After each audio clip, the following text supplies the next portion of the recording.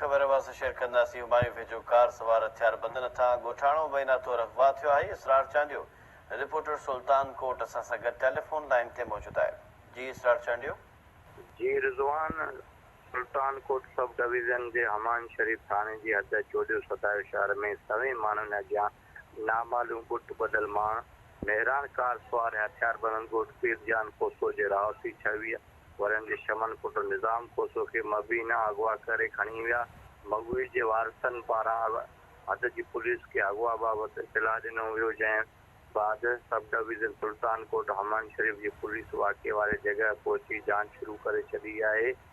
उन मौक़े ते बीठल आइनी शाहिदनि जो चवणु हो त मेहरान कार में सवार 3 गुट ॿधियल हथियारबंद शमन कोसो खे हथियारनि जे ज़ोर ते विच होटल मां खंबे खयों त नौजवान जे रड़ियुनि ते होटल में वेठल इलाइक़े वासियुनि मेहरान कार जे कट लॻा, पर कार जी स्पीड इंतिहाई तेज़ हुई, जंहिं सबबु मोटरसाइकिल सवार इलाइक़े वासी हथियारबंदनि कार सवारनि ताईं कोन पहुची सघिया।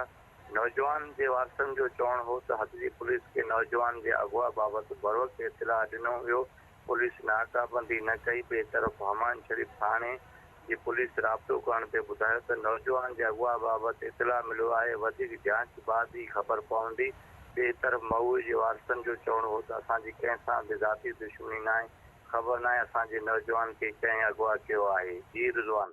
वॾी महिरबानी इसरार चांडियो तफ़सील ॾियण जे लाइ।